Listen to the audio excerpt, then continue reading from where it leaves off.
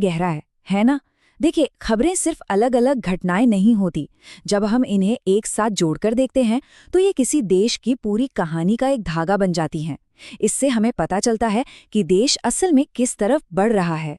तो हमारी कहानी की शुरुआत होती है प्रकृति से। आइए देखते हैं कि भारत अपनी बेशकीमती कुदरती विरासत को बचाने के लिए क्या-क्या कदम उठा रहा है। एक ही दिन में हमें कंजर्वेशन के दो बिल्कुल अलग लेकिन उतने ही जरूरी पहलू देखने को मिलते हैं। देखिए, एक तरफ आंध्र प्रदेश में प्रोजेक्ट हनुमान है, जिसका सीधा मकसद इंसानों और जंगली जानवरों के बीच के टकराव को कम करना है। वहीं दूसरी तरफ ओडिशा का इंडियन बाइसन फेस्टिवल है, जो गौर के संरक्षण के लिए लोगों में जागरूकता बढ़ा रहा है। आपको बता दूं, गौर आईयूसीएन की रेड लिस्ट में कमजोर यानी वल्नरेबल माना जाता है। तो मतलब तरीके भले ही अलग हों, पर मंजिल एक ही है। अच्छा, प्रकृति से आगे बढ़कर अब हम बात करते हैं इंसानी कामयाबियों की। वो कामयाबियां जो समाज की तरक्की में मील का पत्थर साबित होती हैं। और इस दिन कुछ ऐसी ही ऐतिहासिक पल देखने को मिले। ये सिर्फ एक अपॉइंटमेंट नहीं है, ये उससे कहीं ज्यादा है। ये जम्मू और कश्मीर में महिलाओं के लिए लीडरशिप रोल्स में एक बहुत बड़ी छलांग है। ये आने वाली कई पीढ़ियों के लिए एक प्रेरणा बनेगी। और कामयाबियों का ये सिलसिला यही नहीं रुकता। भारतीय महिला क्रिकेट टीम ने तो इतिहास ही रच दिया है।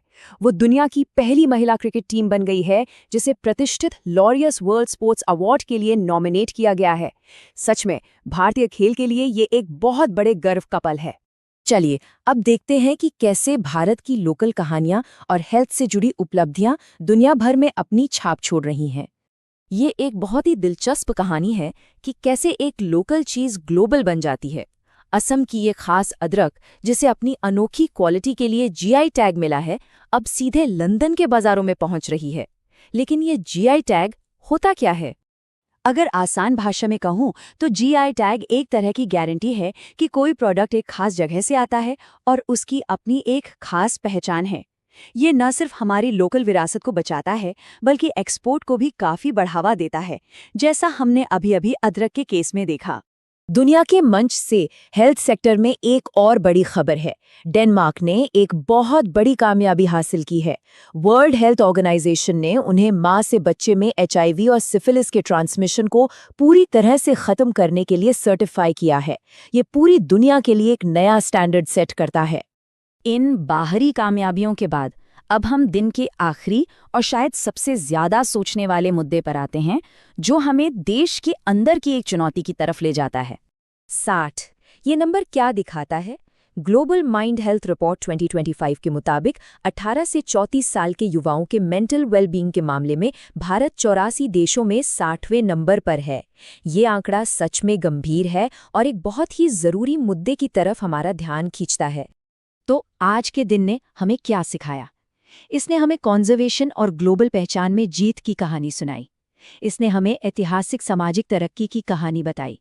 और साथ ही इसने हमें अपने युवाओं के मेंटल हेल्थ की एक बड़ी चुनौती की भी याद दिलाई।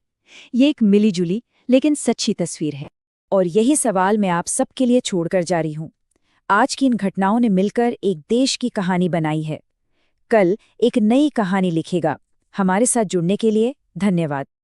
नमस्कार, टारगेट एजुकेशन के डेली करंट अफेयर्स में आप सभी का स्वागत है। आज है 6 मार्च 2026। इस पूरे सेशन को आखिर तक ध्यान से जरूर देखिएगा। देखिए, हमेशा की तरह हम पहले आज की सारी थ्योरी को अच्छे से समझेंगे और फिर आखिर में इन्हीं पर बेस्ड कुछ बहुत जरूरी मल्टीपल चॉइस क्वेश्चंस की प्रैक्टिस भी करेंगे। कहते हैं ना कि अपने भविष्य का अंदाजा लगाने का सबसे अच्छा तरीका है कि हम उसे खुद बनाएं। तो चलिए इसी शानदार सोच के साथ आज की तैयारी शुरू करते हैं। सबसे पहले आज के जो मुख्य तथ्य हैं उन पर एक नजर डाल लेते हैं। ये आपको आगे आने वाले सवालों के लिए पूरी तरह से तैयार कर देंगे। तो सबसे पहले कुछ जरूरी तारीखें देख लेते हैं। 1 मार्च को विश्व नागरिक सुरक्षा दिवस मनाया जाता है और 3 मार्च को विश्व वन्यजीव दिवस। और हाँ, एक बहुत ही खास जानकारी ये है कि भारत की पहली ब्रेल लाइब्रेरी लखनऊ में खोली गई है, जो कि वाकई एक बहुत ही सराहनीय कदम है। चलिए अब गुजरात से जुड़े कुछ इम्पॉर्टेंट फैक्ट्स पर नजर डालते हैं। देश का पहला सेमीकंडक्टर प्लांट गुजरात के साणंद में बन रहा है। इतना ही नहीं, गुजरात 16.5% की हिस्सेदारी के साथ भारत का सबसे बड़ा रिन्यूएबल एनर्जी पावर हाउस भी बन गया है। और कमाल की बात यह है कि 33 साल बाद इसे फिर से टाइगर स्टेट का दर्जा मिल गया है। अब बात करते हैं अंतर्राष्ट्रीय मंच की। 11वें रायसीना डायलॉग 2026 में जो मुख्य अतिथि हैं वो हैं फिनलैंड के राष्ट्रपति अलेक्जेंडर स्टब। ये इवेंट नई दिल्ली में हो रहा है। और हाँ, ये भी याद रखिएगा कि फिनलैंड की राजधानी हेलसिंकी और वहाँ की मुद्रा यूरो है। अब रुख करते हैं असम की ओर। देखिए, राज्य ने 2025 में शून्य गैंडा शिकार का लक्ष्य हासिल किया है, जो वन्यजीव संरक्षण में एक बहुत बड़ी जीत है। यहीं पर पशुनाथ जिले का नागशंकर मंदिर कछुओं के संरक्षण के लिए बहुत फेमस है। और एक बहुत बड़े सामाजिक सुधार के तौर पर अब राज्य में बहु विवाह पर पूरी तरह से बैन लगा दिया गया है। टेक्नोलॉजी की दुनिया से एक बड़ी अपडेट है सक्षम पहल। ये इंडिया की पहली AI बेस्ड स्किल ट्रैकिंग पहल है। इसका मेन मकसद है कि युवाओं के स्किल डेटा को मैप किया जाए और उनके लिए रोजगार के अवसर बढ़ाए जाएं। आप सोचिए, AI का ऐसा इस्तेमाल भारत के जॉब मार्केट के लिए गेम चेंजर हो सकता है। अब जरा दुनिया की कुछ बड़ी खबरें देख लेते हैं। अमेरिका ने कुछ अहम फैसले लिए हैं। गल्फ ऑफ मैक्सिको का नाम बदलकर अब गल्फ ऑफ अमेरिका कर दिया गया है। साथ ही देश WHO और पेरिस जलवायु समझौते से ऑफिशियली अलग हो गया है। और हाँ, बाल्ड ईगल को अमेरिका का राष्ट्रीय पक्षी भी घोषित किया गया है। पर्यावरण के फील्ड में एक नया वर्ल्ड रिकॉर्ड बना है। सिर्फ 1 घंटे में 2,51,446 पौधे लगाए गए। ये अपने आप में एक बहुत बड़ी बात है और पर्यावरण संरक्षण में एक ऐतिहासिक उपलब्धि भी। चलिए भारत की कुछ बड़ी उपलब्धियों पर नजर डालते हैं। हेनले पासपोर्ट इंडेक्स में भारत की रैंकिंग में सुधार हुआ है और अब ये 75वें स्थान पर है। देश में कुल रामसर साइट्स की संख्या बढ़कर 98 हो गई है। और हवाई खतरों से निपटने के लिए भारत ने मिशन सुदर्शन चक्र भी शुरू किया है। अगर एविएशन सेक्टर की बात करें तो ASQ यानी एयरपोर्ट सर्विस क्वालिटी यात्रियों के अनुभव को नापने का एक ग्लोबल स्टैंडर्ड है। और मैंगलुरु एयरपोर्ट ने लगातार दूसरी बार ये खिताब जीतकर अपनी बेहतरीन सर्विस क्वालिटी को साबित कर दिया है। चलिए, हाल ही में हुई कुछ जरूरी नियुक्तियों का फटाफट से रिवीजन कर लेते हैं। CRPF के नए DIG हैं रविशंकर छवि। महाराष्ट्र के नए DGP बने हैं सदानंद दाते। और पश्चिम बंगाल के नए DGP के तौर पर पीयूष पांडे ने चार्ज लिया है। कुछ चर्चित किताबों पर भी एक नजर डाल लेते हैं। द ग्रेट बैंक रॉबरी, इसे लिखा है उर्जित पटेल ने। और the one cricket my life and more, ये शिखर धवन की ऑटोबायोग्राफी है। ये नाम याद रखने जरूरी हैं। अब जानते हैं उड़ीसा से जुड़े कुछ खास फैक्ट्स।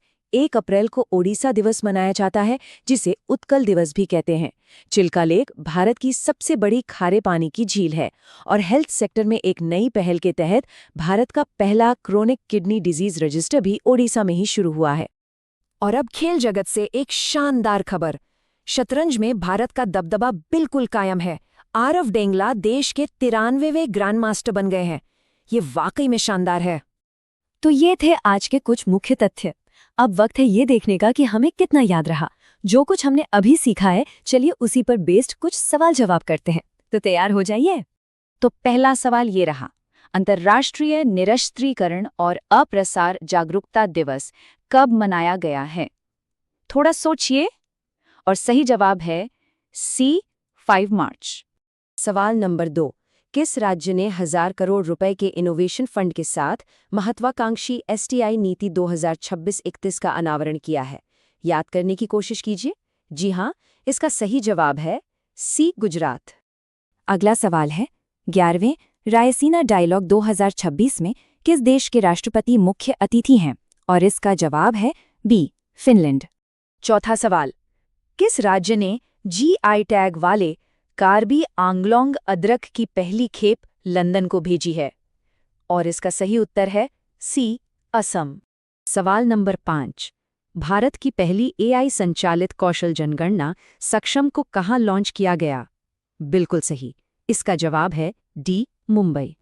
छठा सवाल, ईरान के खिलाफ ऑपरेशन एपिक फ्यूरी किस देश ने शुरू किया है? और सही जवाब है बी, अमेरिका।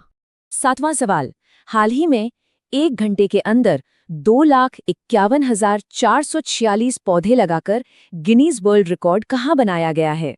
सही जवाब है सी, वाराणसी। सवाल नंबर 8, लॉरियस स्पोर्ट्स अवार्ड्स के लिए नॉमिनेट होने वाली पहली महिला क्रिकेट टीम कौन बनी है? और ये गौरव हासिल किया है सी, भारत ने। 9वां सवाल, किस हवाई अड्डे ने लगातार दूसरे साल 2025 ASQ सर्वश्रेष्ठ आगमन सेवा पुरस्कार जीता है? इसका सही उत्तर है बी, मंगलुरु एयरपोर्ट। 10वां सवाल, किसे इंजीनियर्स इंडिया लिमिटेड के अंतरिम CMD के रूप में नियुक्त किया गया है? इसका सही जवाब है ए, प्रवीण M खूजा।